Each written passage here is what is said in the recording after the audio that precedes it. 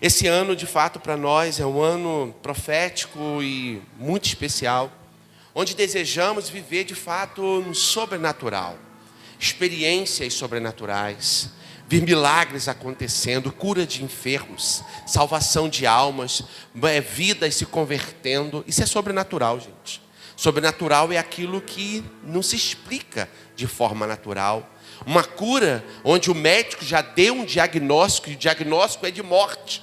E de repente a pessoa, ela é curada, é tocada por Deus, e ao invés de morrer, ela vive. Ou seja, contrariando as leis naturais, e ela volta à vida. E isso é extraordinário. E esse ano será um ano de coisas maravilhosas.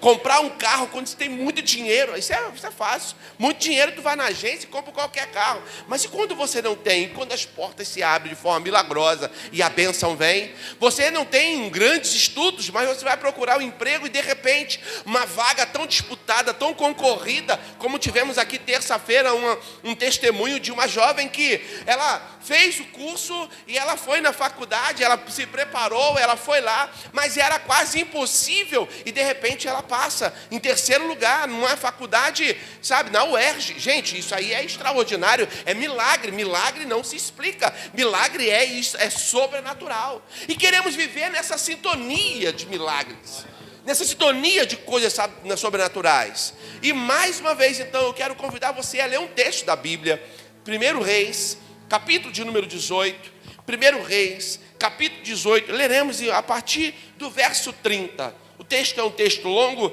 mas nós leremos então a partir do verso 30, alguns versículos que nos despertam para algo assim muito importante para nós. O texto vai dizer, versículo 30 do capítulo 18, 1 Reis: Então Elias disse a todo o povo: aproximem-se de mim.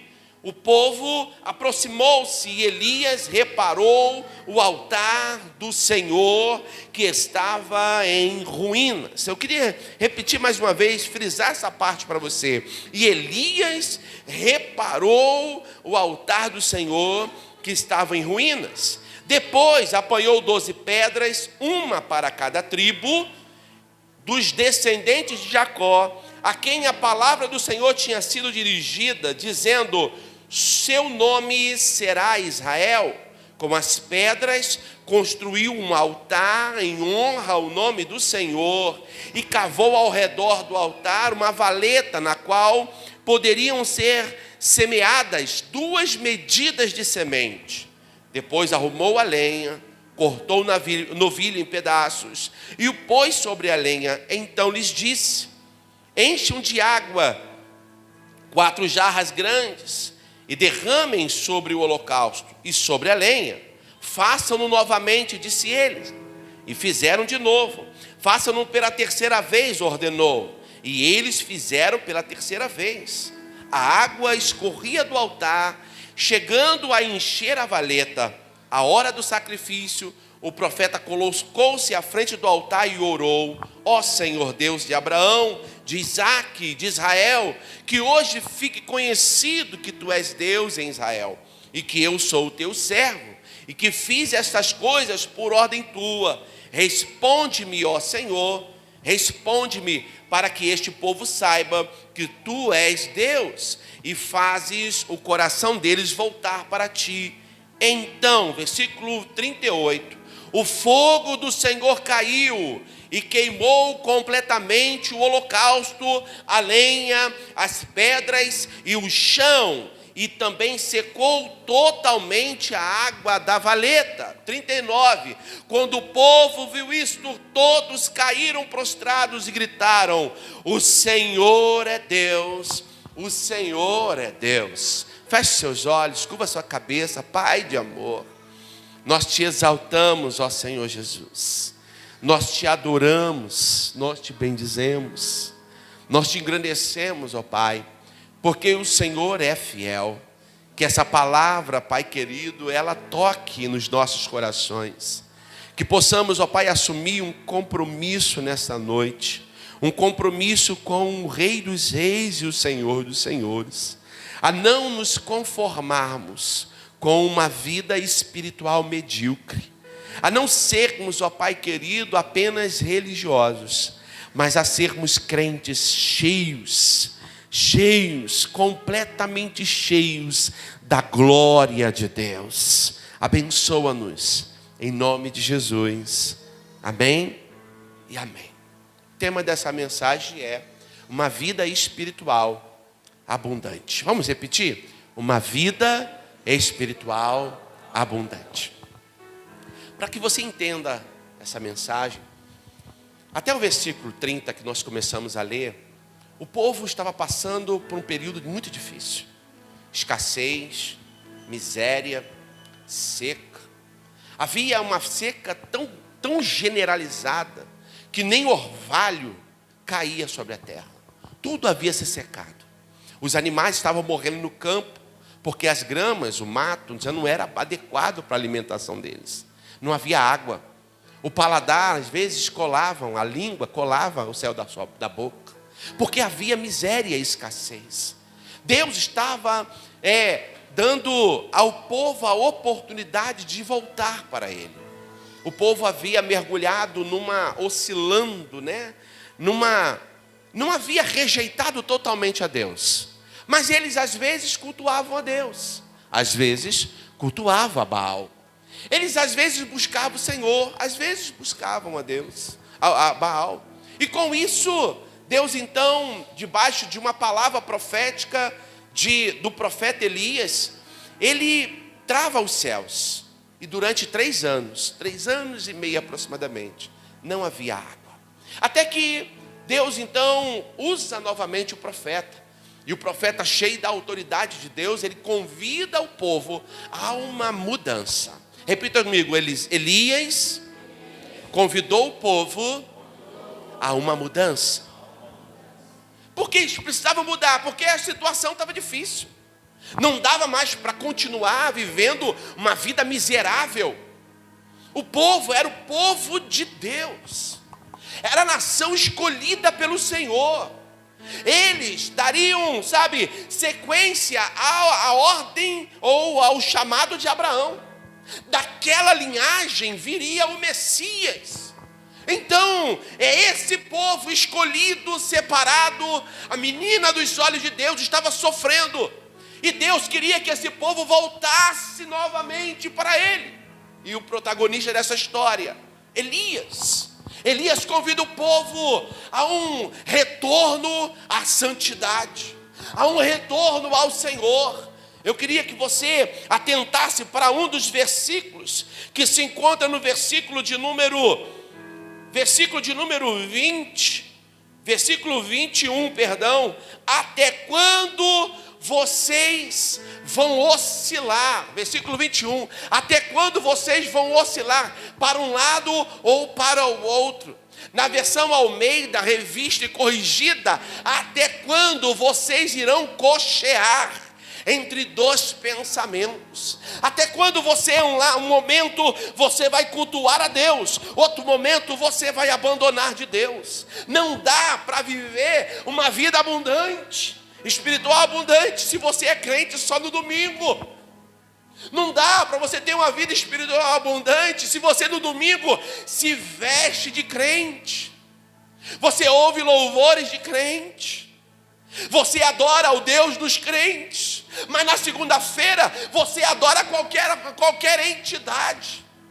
Se na segunda-feira a tua vida é totalmente desassociada de Deus. Esse povo era povo de Deus, mas estavam fazendo isso. Uma hora serviam a Deus, outra hora serviam a Baal. Esse tipo de prostituição espiritual incomodou a Deus. E Elias chama o povo, esse povo de Deus, a tomar uma postura. Agora o que me pasma é que o povo se mostra indiferente. Olha como termina esse versículo. E o povo nada respondeu. O que me preocupa é quando uma palavra profética é liberada do altar e a tua vida está uma miséria, mas você não é capaz nem de levantar para se prostrar diante do Senhor. É do Senhor, não é da pastora, não é do pastor. Quando você se prostra, é diante do Senhor. Quantas pessoas vêm à igreja dia após dia, mês após mês, ano após ano, e a vida não muda. Porque pegam as palavras do altar e jogam no lixo. Porque era isso que esse povo estava fazendo. As palavras do Senhor estavam sendo jogadas no lixo. Eles tinham um pacto com Deus, mas anularam o pacto de Deus. Versículo 30 diz a Bíblia que Elias, ele repara o altar. O altar que Elias reparou não foi o altar que os sacerdotes de Baal ofereceram sacrifício. O altar que Elias reparou foi o altar do Senhor que havia sido desprezado. Tem pessoas desprezando o altar do Senhor. E eu quero dizer, no passado havia um altar físico, onde o povo precisava, ano a ano, ia lá e adorar a Deus. Hoje o altar do Senhor é dentro do seu coração. Hoje o altar do Senhor foi implantado em você. Sabe o que diz a Bíblia? A Bíblia diz lá em 1 Coríntios capítulo 3, não sabeis vós que sois o santuário de Deus? Vocês perderam a noção, vocês são o santuário de Deus. Vocês não sabem que o Espírito de Deus habita em você? Irmãos, é muito sério isso. Porque nós, desprezando o santuário de Deus, viveremos uma vida séquita e vazia. Quantos crentes estão assim? Vêm à igreja, mas não sentem alegria. Eles vêm à igreja, eles ofertam, mas não conseguem ter uma vida espiritual abundante. Eles sacrificam, mas apenas se sacrificam. Porque não há um culto verdadeiro, não há uma entrega, absoluta, não há uma devoção plena. Não adianta apenas cantarmos. Palavras podem ser balbuciadas, mas o Senhor não quer que você pronuncie palavras balbuciadas, palavras vazias que saem dos seus lábios. Deus quer que você adore com um coração quebrantado e contrito. Mas pastor, e se eu adorar desse jeito não vai sair palavra dos meus lábios? Não tem problema, se você chorar. Havia um hino antigo que dizia: o Senhor, Ele manda o anjo que colhe as lágrimas e põe no odre. Pastor, mas são apenas lágrimas. Não tem problema, o Senhor não despreza um coração quebrantado e contrito. Mas às vezes nós queremos fazer as coisas, estarmos em atividade, nos tornamos o crítico. Sabe aquele juiz de VAR? Ele não é o juiz oficial da partida, ele não é o jogador da partida, ele não é torcedor da partida, mas ele está ali apenas para julgar, olhando para uma tela para julgar o que aconteceu naquele jogo, o que está acontecendo entre os times. Deus não te constituiu como juiz. Você não está aqui para julgar. Você está numa partida. Você entende isso? Nós não somos juízes, nós somos adoradores. Tem alguém comigo em nome de Jesus? Nosso papel não é julgar se o louvor ficou legal. Nosso papel é julgar nós mesmos. Senhor, recebe o meu louvor. Eu não sei cantar direito, Senhor, mas aqui há um coração quebrantado e contrito na tua presença. Aleluia. Oh Jesus, esse povo tinha desprezado o Senhor e como consequência só miséria, só desgraça, só escassez. E aí o versículo 30 chega para trazer para nós um despertamento. Elias então, ele chama o povo, ele convoca o povo e ele pede que o povo se aproxime dele. Venham para perto de mim, fica aqui pertinho de mim. Não dá para experimentarmos coisas sobrenaturais isolados. Se essa mensagem fosse na carta de Paulo, capítulo 12, nós iríamos aprender que um corpo não é um membro. O corpo é a unidade de todos os membros juntos. E nesse corpo não há quem é mais importante que o outro. E nem quem possa dizer, pode o olho se achar melhor do que o ouvido? Porventura, se ele disser, eu não faço parte do corpo, porventura não seria ele do corpo? Deus colocou igualmente os membros no corpo para edificação mútua. É aqui que nós somos sarados, é aqui que nós somos curados. Com pessoas abençoadoras nós somos abençoados. Com pessoas difíceis nós somos tratados. Quando Deus coloca uma pessoa difícil do teu lado, sabe aquele irmão cri-cri, chato? E tem gente que entrou na fila da chatice. Eles não são chato não, Mauro. Eles são chato. Misericórdia. Deus colocou pessoas assim para melhorar você. Para você exercer o perdão, exercer o amor, exercer o altruísmo, para que você cresça, para que você não continue menino, vingativo, raivoso, rancoroso, amargurado. Deus colocou pessoas difíceis do teu lado para melhorar você. Glória a Deus. Tem alguém comigo? Diga amém. E as pessoas boas, pastor, Deus colocou para te abençoar, porque Deus, irmãos, Ele dá a luta, mas Ele também dá o escape. Oh, aleluia.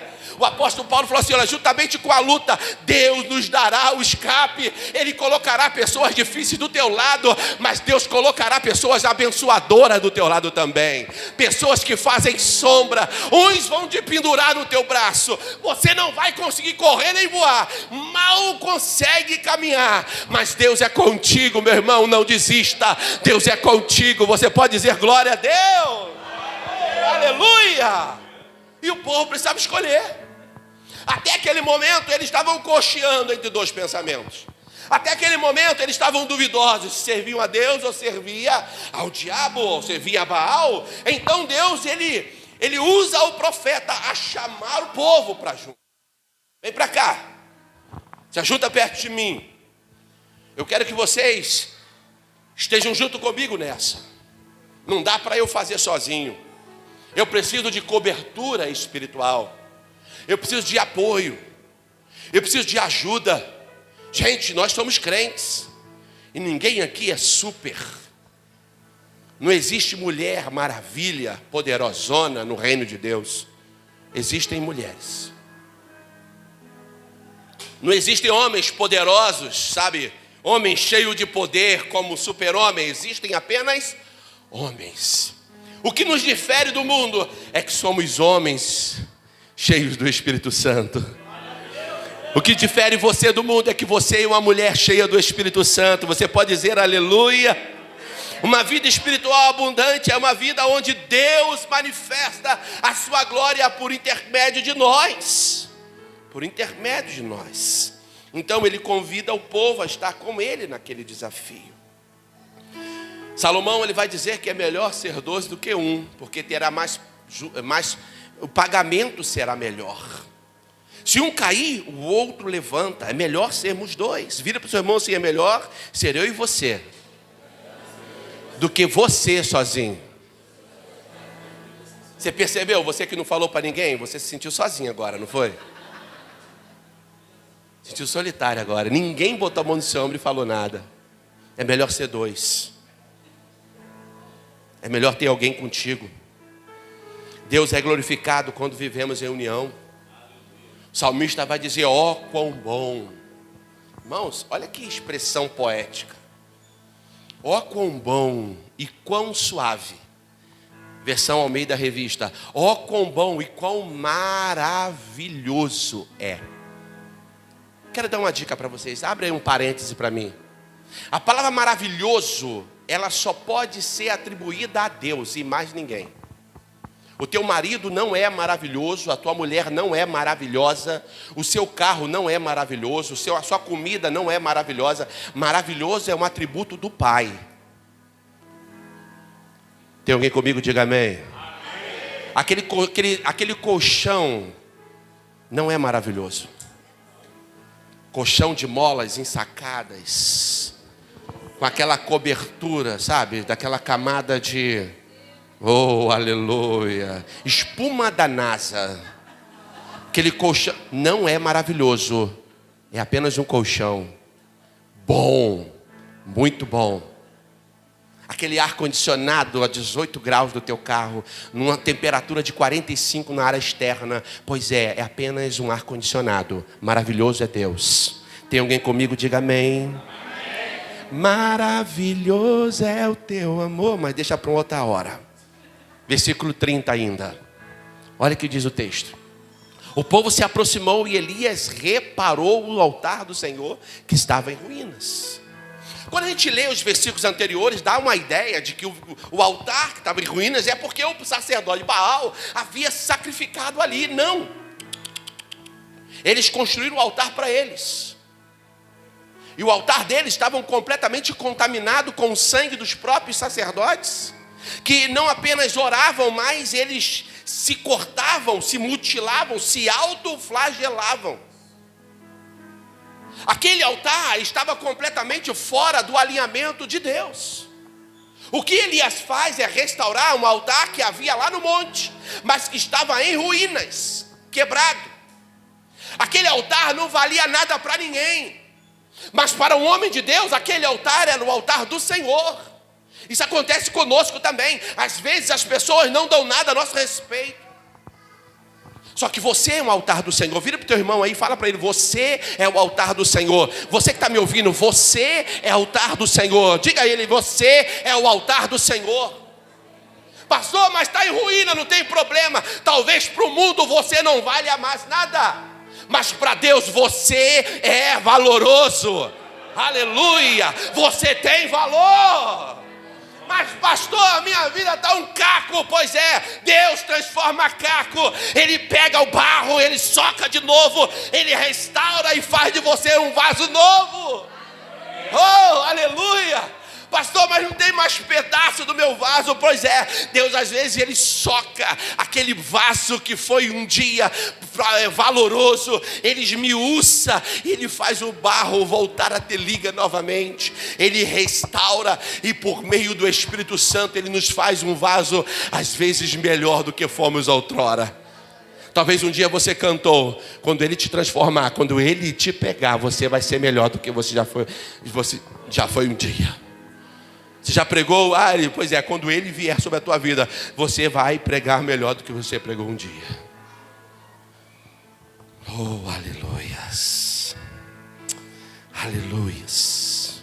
Para que haja aprovação divina, não existe a possibilidade de oferecermos a Deus um sacrifício em um altar quebrado.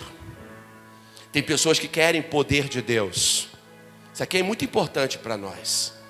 Uma vida abundante no poder do Espírito Santo não vai vir sobre pessoas com um altar quebrado.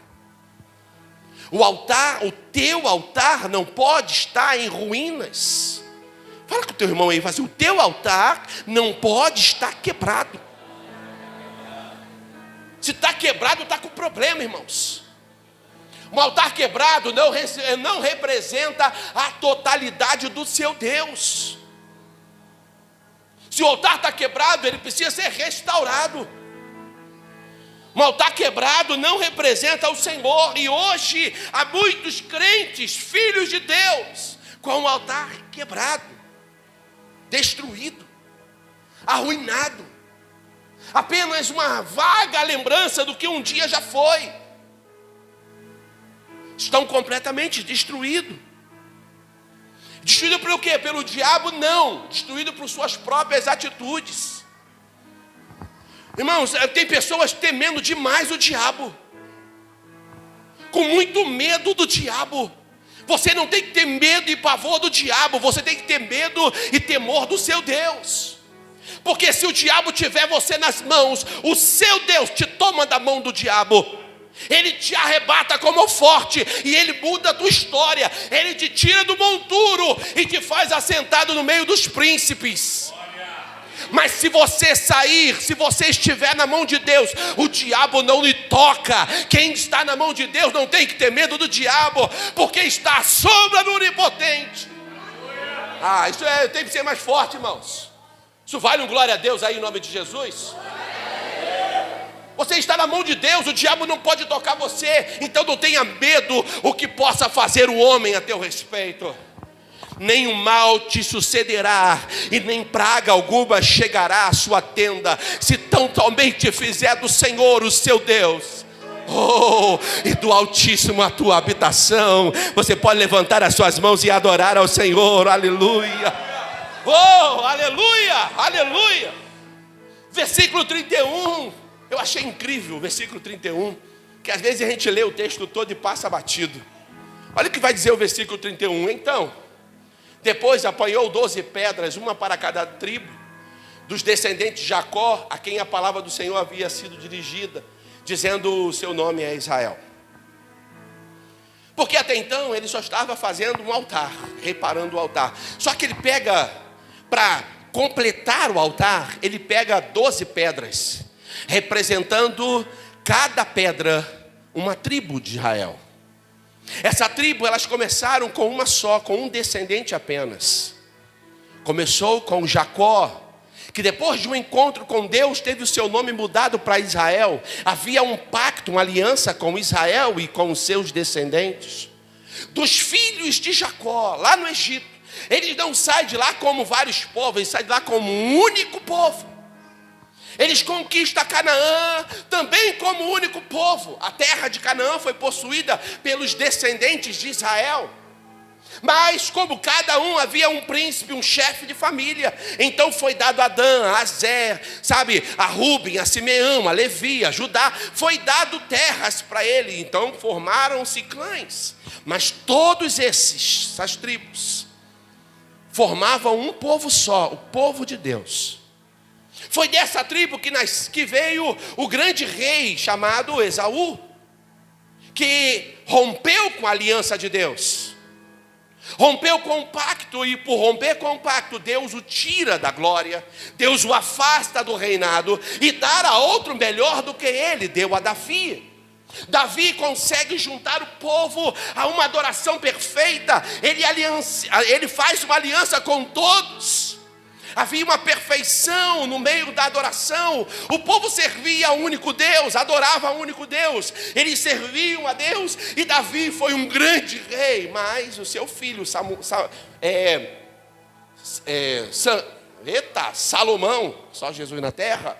O seu filho Salomão, ele infelizmente, apesar de toda a sabedoria dada a ele não consegue fazer as mesmas obras de Davi.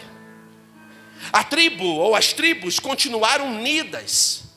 Mas aqui, naquelas cidades unidas, foi implantado a idolatria, o culto a outros deuses.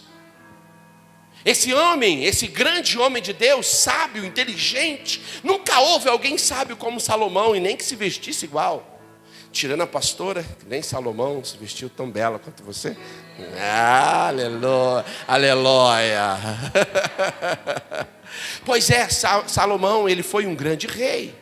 Mas diz a Bíblia que ele tinha mais de 1000 concubinas e mais de 100 mulheres. Cada uma delas com um culto, adorando a um Deus estranho. E eles constroem, não na cidade, mas ao redor da cidade, altares.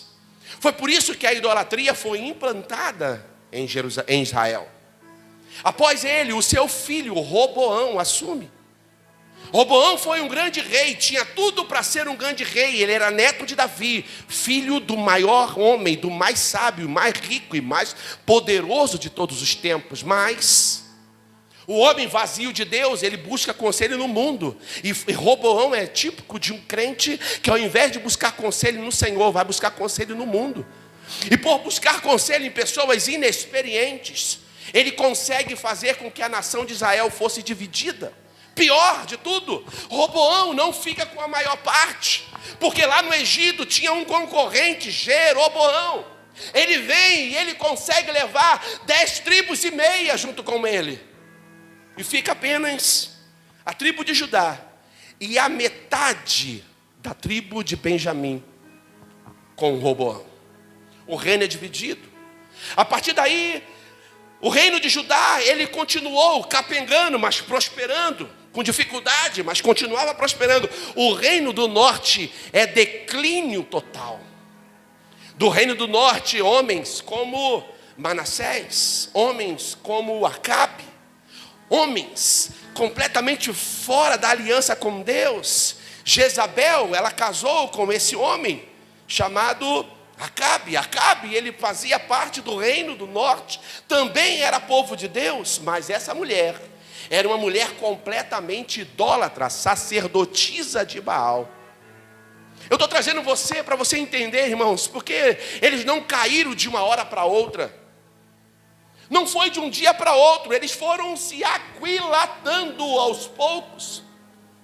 O mundo, ele entra na nossa vida de pouquinho em pouquinho. Ninguém sai de casa e fala assim, hoje eu vou trair a minha mulher. Não, ele sai de casa com fidelidade à esposa, mas no tempo que ele passou na frente de uma TV, o tempo que ele passou na frente de uma tela de computador, o tempo que ele passou diante de uma pornografia, isso foi contaminando os valores dele. Então, quando tem a oportunidade, o diabo fala assim, agora esse é meu. A nação de Israel havia sido assim. Eles adoravam a Deus, mas adoravam também a Baal, corrompidos. Irmãos, nós estamos vivendo um ano de extraordinários e coisas sobrenaturais, mas Deus não vai realizar o sobrenatural se o teu altar estiver quebrado. Você vai ver o teu irmão prosperando, o teu irmão crescendo, o teu irmão avançando, o povo, sabe, multiplicando, e você continuará na mesmice. Por quê, pastor? Porque o seu altar está quebrado. Não é o pastor que está te convidando, não. Quem está te convidando é o Senhor a restaurar imediatamente o seu altar. Não deixa para terça-feira ou para domingo. O dia de conserto é hoje. O dia de se consertar é hoje. Deus não via eles divididos. Deus os via como um só povo, uma só nação. Os planos do Senhor ainda representava, sabe, os descendentes de Israel. Toda a aliança era com esse povo. Todo o destino também era para com eles. Olha o que vai dizer o versículo 32. Então, verso de número 32. Com as pedras construiu um altar. Irmãos, isso aqui é maravilhoso. Há um louvor antigo que dizia assim, com as pedras que me lançam eu farei um altar. Há um que dizia, com as pedras que me lançam eu farei um castelo. Prefiro o altar. Quando você faz um altar e você se prostra no altar, você está dizendo que o domínio da sua vida não é teu, o domínio da sua vida quem tem é o Senhor. O profeta pega as pedras e ele edifica um altar em honra ao nome do Senhor. Em honra. Ele construiu um altar. E eu achei interessante que ele arrumou a lenha, ele colocou um novilho e ele ofertou.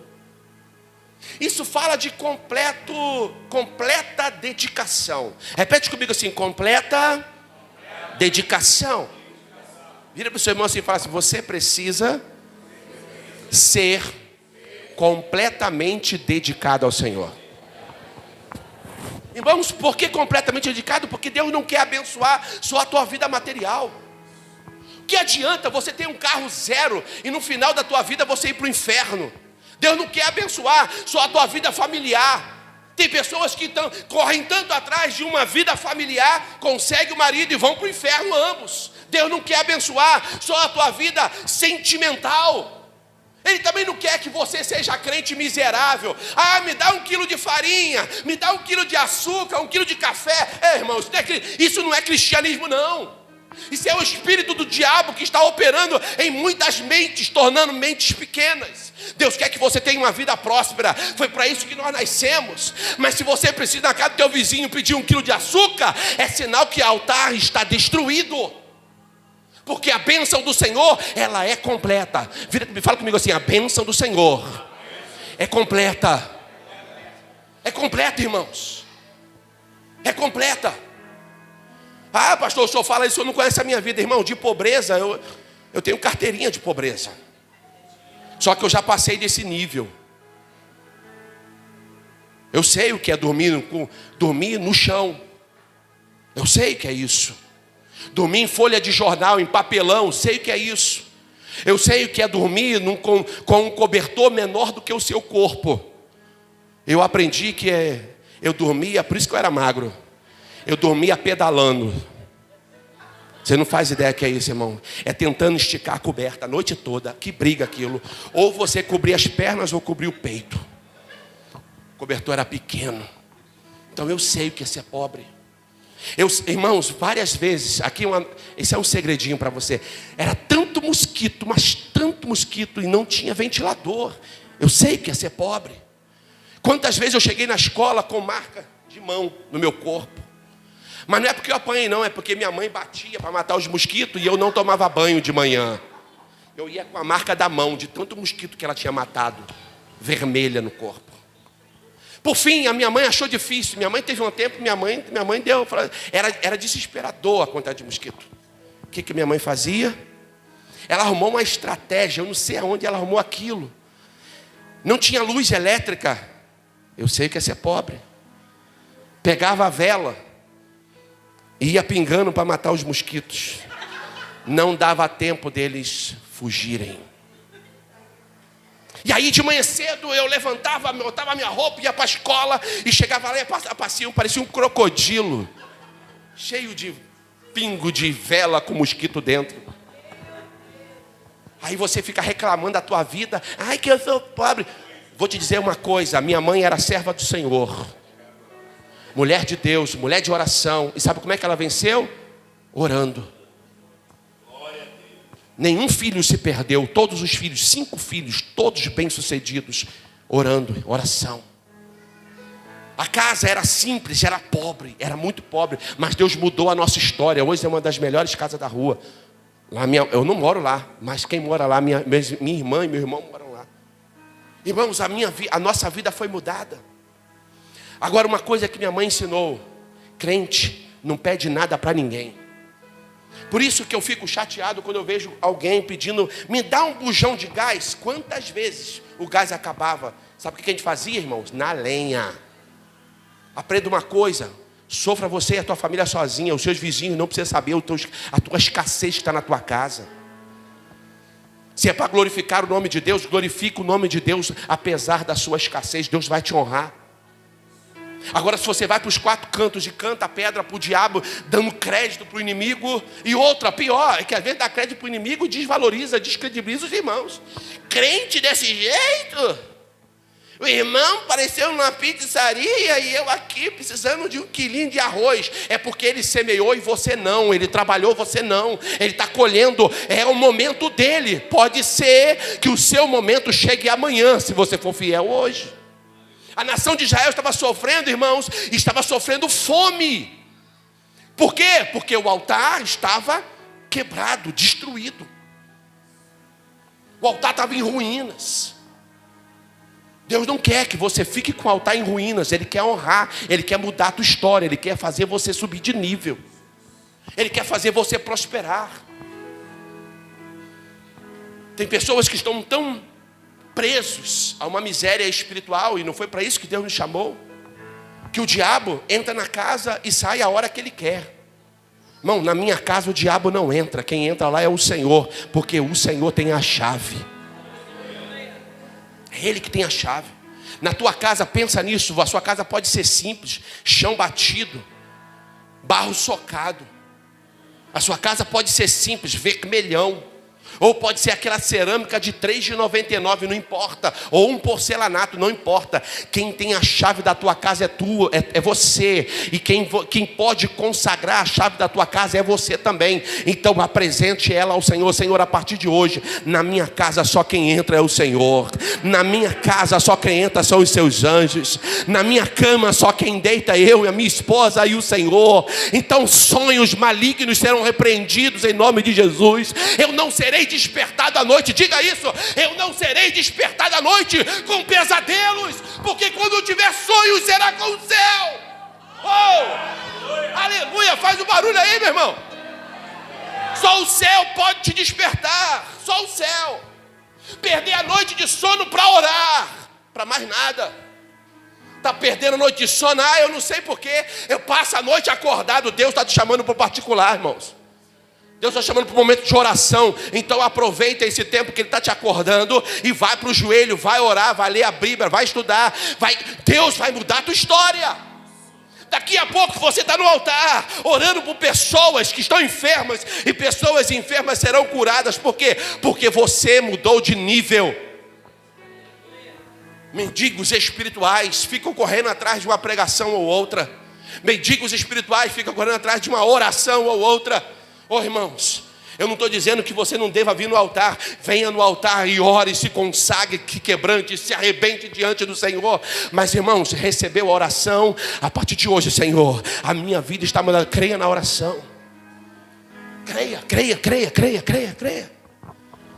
Quantas vezes eu vi momentos como esse que foi feito aqui, e no final do culto, as mesmas pessoas que vieram na frente: pastor, ora por mim. Ó, irmãos, pelo amor de Deus, ou você acredita ou você não acredita. Você não tem fé não? Já foi orado. E o que eu faço agora? Acredita. Creia em nome de Jesus. Vira para o seu irmão e fala assim: creia, a tua vitória já veio.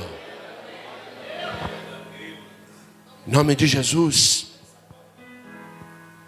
Por isso que tem muitos crentes que, apesar de serem ricos e espirituais, vivem como pobres, porque não se apropriaram daquilo que Deus já deu a eles. Eu vi um testemunho de uma irmã, de um irmão, na verdade um pastor. Ele chegou na casa da irmã, a irmã era uma idosa, e ele, conversando com a irmã, que estava vivendo um momento de muita escassez, miséria, e aquela irmã por muito tempo foi fiel ao Senhor, e ele foi visitar essa irmã e chegou lá. Na hora da oração, ele orou pela irmã e perguntou: minha irmã, há quanto tempo você está vivendo nesse momento de escassez? Pastor, há muito tempo, pastor. Eu peço que o senhor ore por mim, me abençoe, para que Deus mude a minha história, para que Deus envie socorro. Eu falei assim: minha irmã, eu vi quando eu entrei ali, na tua sala tem um quadro. Quem te deu aquele quadro? Ah, foi meu patrão. Meu patrão me deu aquele, é um documento, só que eu mandei fazer uma moldura e botei lá. Eu falei assim: minha irmã, há quanto tempo você tem aquilo? Há 25 anos. O patrão colocou, era no testamento. Depois que ele morresse, toda a propriedade dele seria dela. Porque ela esteve com aquela família durante toda a sua vida. Aquela mulher tinha 25 anos, a escritura de toda uma propriedade, mas vivia na miséria. Tem muitas pessoas espiritualmente assim. São ricas, mas não tem conhecimento das riquezas que possuem. Não conhece as riquezas que possuem. Eu não sei porque o Senhor está me levando nesse caminho, irmãos, mas tem pessoas aqui que precisam se apropriar da bênção e viver no sobrenatural. Uma vida espiritual abundante não vai apenas te dar poder do Espírito Santo. Ele vai te dar poder do Espírito Santo, Ele vai te dar autoridade espiritual, Ele vai te dar uma mudança de vida, Ele vai te dar a cura, Ele vai restaurar teu casamento, Ele vai mudar a tua história, Ele vai abrir a tua porta. A bênção do Senhor é completa. Oh, aleluia. Diga comigo assim: a bênção do Senhor é completa. Oh, aleluia. E o que Deus espera para que eu tome posse? Renove a tua aliança com Deus hoje. Fecha o esboço. Renova a sua aliança com Deus hoje. Deus está te convidando a renovar um pacto com Ele, a sair da mesmice, a mudar a tua história. Chega de entrar na igreja e sair da igreja com os mesmos problemas. Você vem doente, você volta doente. Ah, é assim mesmo. Ah, a minha família sempre passou por isso. Ah, a minha vida nunca muda, é sempre assim. Eu já estou até acostumado. Não se acostume com a mediocridade. O povo estava vivendo em escassez, estavam acostumados, até que o homem de Deus é levantado para mudar a história de uma nação. Deus me coloca aqui para te ajudar a mudar a tua história.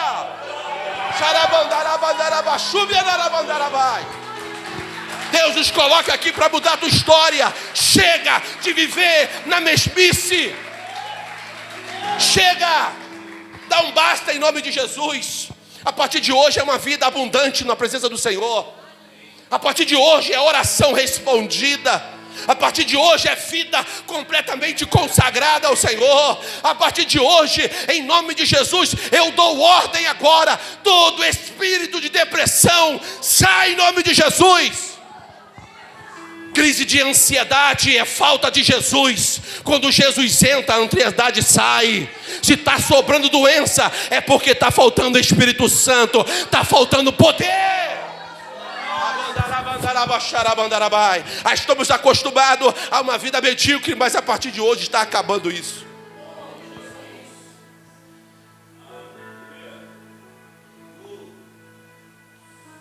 Tem alguém comigo em nome de Jesus? Você está entendendo o que Deus está falando? Chega de entrar na igreja e sair do mesmo jeito. Não seremos mais o mesmo. Oh, eu não serei mais o mesmo. Toda vez que eu entrar aqui, Senhor, me mostra o que o Senhor quer para hoje. É novo, novidade de vida. A partir de hoje, demônios de insônia estão sendo repreendidos da tua casa. Em nome de Jesus. Todo demônio de autocomiseração, demônio miserável que te faz ver pequeno, menor do que os outros. Você pode não se ver, mas você não é menor do que ninguém. Você pode não ter dinheiro, mas você não é menor do que quem tem. Você pode não ter saúde, mas você não é melhor do que quem tem. Você pode não ter experiências espirituais, mas você não é melhor do que aquele que tem experiências espirituais. Porque quando assentamos à mesa, todos nós somos iguais. Sabe para que servia a sandália? Não se entrava dentro de casa calçado, dentro de casa descalço, principalmente quando se comia à mesa. Quando se come à mesa, você não come calçado. Se tiver um escravo na mesa, de nada difere o escravo do Senhor, porque todos estão descalços. Do lado de fora, o escravo anda descalço, o Senhor anda com sapatos. Mas na mesa do Senhor todos somos iguais, entenda isso. Você está aqui, você é igual. Oh, alabaxarabandaraba. Chega desse espírito miserável de sentir menor e pequeno. Você é igual. Deus está te chamando para uma nova postura. Pessoas de altar restaurado são iguais. Pastor, mas eu estou vivendo um período muito difícil da minha vida. Período difícil todos nós passamos, mas são períodos. O inverno não dura para sempre. O inverno vai embora. E a primavera vem. O verão chega, o outono vem, e com o outono colheitas abundantes. Oh, aleluia! Deus está mudando a nossa história. Tem alguém comigo em nome de Jesus? Deus não te criou para ser chorão. Deus te chamou para viver em alegria. Pastor, me explica isso. Pois é, o choro ele pode durar uma noite, mas pela manhã vem a alegria. E sabe o que a alegria faz, irmãos? Vou dizer algo para você. A alegria do Senhor é a nossa... Você não entendeu? A alegria do Senhor é a nossa... Tem pessoas se sentindo fracas, Wilder, pastor Wilder, porque infelizmente não estão alegres. Porque não estão vivendo na alegria do Senhor. E se a gente for pegar a exegese desse texto, fala que a alegria do Senhor não é a nossa, é a alegria dele. A alegria do Senhor é a nossa força. Quando o meu Deus está alegre, eu estou forte. Mas tem pessoas que querem viver a alegria, eles querem sentir a alegria. Irmão, você pode sorrir com uma piada, mas sentindo fome. Você pode sorrir com uma anedota, mas continuar sentindo dor. Mas quando você faz Deus alegre, Deus toca na tua finança, Deus muda a tua história. Quando você faz Deus alegre, Deus toca na tua saúde e você é curado. Quando você faz o Senhor alegre, ou melhor, o Senhor feliz, a alegria dele é a nossa força, ele te faz forte. Não seremos mais o mesmo.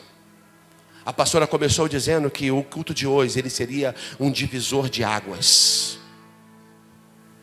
O seu altar está sendo restaurado hoje. Acredita nisso? Ah, pastor, mas eu não estou afim desse negócio não. É contigo, meu queridão. É contigo. Mas se você quer viver uma vida nova, transformada, poderosa, uma vida espiritual abundante, eu vou convidar você a sair do raso.